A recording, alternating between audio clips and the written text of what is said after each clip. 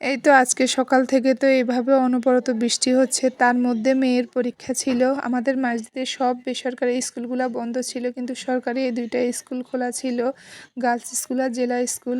এরকম বৃষ্টি আর পানি দেখে তো আজকে মেয়েকে আমিই নিয়ে যাচ্ছিলাম, কিন্তু বাড়ি থাকতে ভেবেছিলাম যে পানি শুধু বাড়িতে, যতই সামনে আগাচ্ছিলাম ততই কিন্তু এভাবে পানি বাড়তেছিল। পরে এই তো একটা রিক্সা পাই আর রিক্সাতে উঠে যাই, কিন্তু সামনের দিন এরকম হবে ওইটা কিন্তু ভাবতেও পারিনি। এই তো যতই সামনে যাচ্ছি কিন্তু আস্তে আস্তে এভাবে পানি বাড়তেছে। একটা জিনিস খেয়াল করে দেখবেন, বৃষ্টির দিনে আপনি ছাতা নিয়ে বের হলো কিংবা গাড়িতে উঠলো, তারপরেও কিন্তু ভিজা হয়ে যায়। তাই এই তো নিজে একটু চেপে বসে মেয়েকে সারাক্ষণ মাঝখানের দিকে রাখতেছিলাম যেন না ভিজলে পরীক্ষাটা দিবে কি এভাবে। তাই এই তো সামনে যত এগোচ্ছিলাম ততই পানি এভাবে বাড়তেছিল, আর সবগুলা গাড়ি একদম পানি ছুঁই ছুঁই। গাড়িতে কিন্তু চলার সময় পানিও ঢুকতেছে। সবচাইতে বেশি খারাপ রাস্তার পানি হয়েছিল মেয়ে যে স্কুলে যাওয়ার রাস্তাটা, ওইটা কিন্তু রাস্তা থেকেও ফুটপাতটা অনেক উপরে, তারপরেও কিন্তু ফুটপাতের সাথে রাস্তাগুলো ছুঁই ছুঁই যায়।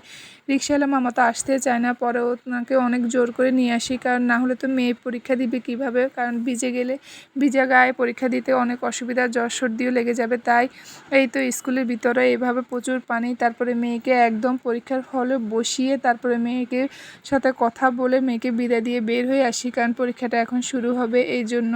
পরে বের হতে দেখি এই যে দেখেন পুরা স্কুলটা এভাবে ডুবে রয়েছে পানিতে, আর গেটে তো এভাবে জ্যাম লেগে যায়, কারণ সব গার্ডিয়ানরাই এসেছে মেয়েদেরকে নিয়ে, কারণ সবারই একটু চিন্তা থাকে বৃষ্টি আর এরকম পানি দেখে।